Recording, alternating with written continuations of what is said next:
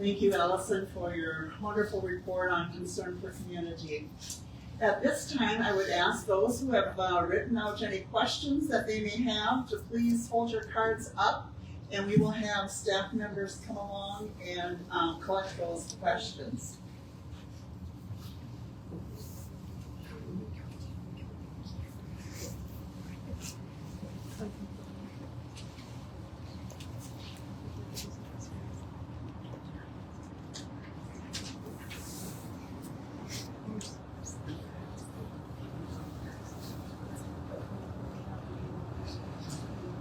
Anyone else?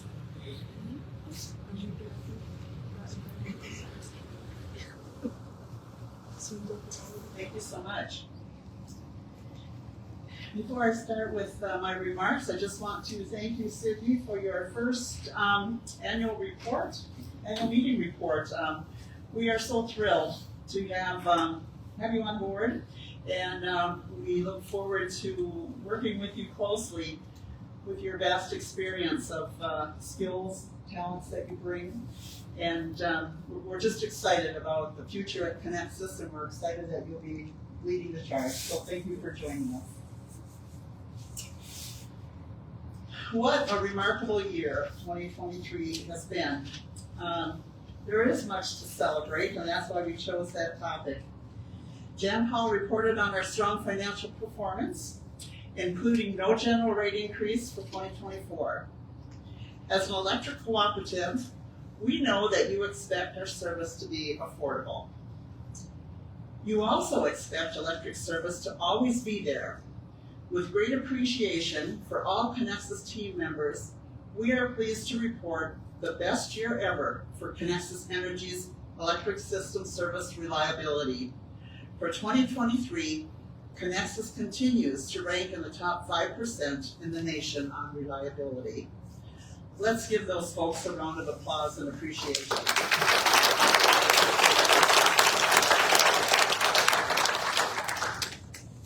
We are also appreciative of the legacy of service left by our departing and retiring board members, Michael Cady, Ken Farrick, and Gordy Westerland, as well as our now retired CEO, Greg Ritterbush.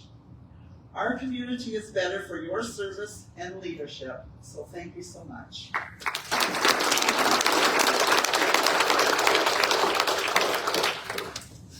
Speaking of community, I was pleased to accept this uniquely shaped honor.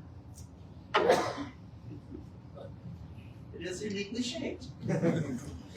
From Upstream Initiative. It recognizes our employees and connects us as an unsung caretaker for the service and care given to the communities in which we serve. Care for community, affordability, and reliability result from sound judgment, values, and expertise, which is exactly what good governance looks like. And this brings me to a simmering challenge to how member-owned utilities govern our systems. As mentioned at last year's annual meeting, since 1937, our democratically elected boards have successfully governed our utilities in compliance with all laws and regulations.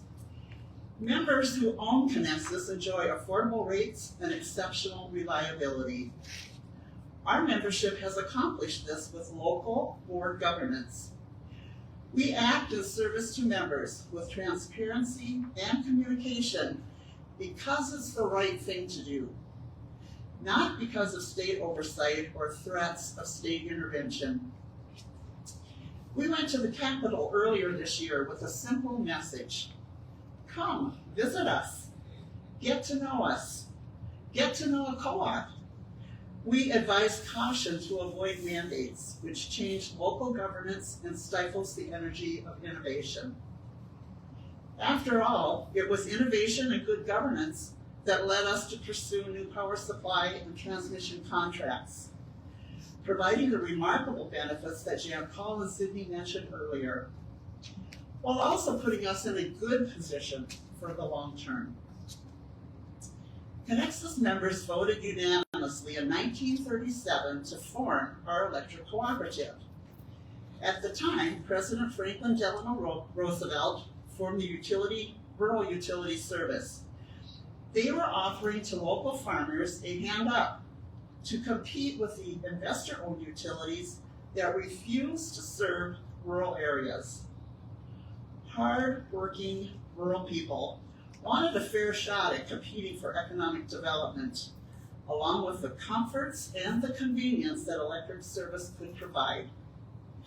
Well, Minnesotans are a hard-working bunch, but maybe we're a little bit too polite.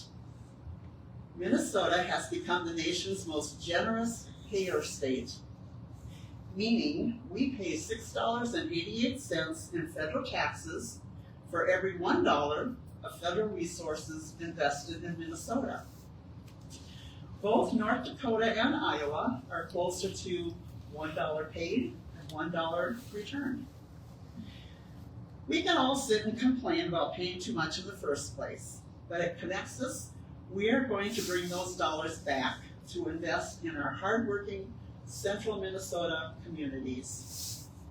Considering Minnesota's regulatory requirements, in combination with the significant proactive investments that we know we need to make, federal funding can change the economics to benefit all of our members.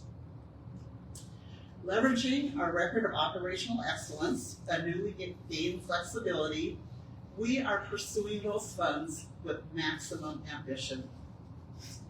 Starting first with our 10-year power supply plan, your electric cooperative will further accelerate local economic development right here in central Minnesota and the North Metro area. That is something we're celebrating.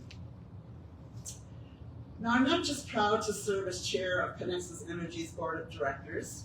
I'm also a proud mother of 5 wonderful and hardworking grown children. As a mom and as a board chair, safety is my #1 priority. By intentionally cultivating a culture of safety, we train employees to arrive safe to work safe, and then to return home safe each and every day. Safety education implanted in good practices keeps our employees and our communities safe. To reinforce Sydney's message, it is an incredible privilege to be serving a cooperative at this unique time. I hope that you will send your friends and colleagues to the careers page of our website and inspire young people in your life to pursue engineering and other skills that prepare them for a role with the cooperative. In closing, I look to the horizon with optimism, not at a sunset, but at a fresh new day for Connexus and its members. Thank you very much.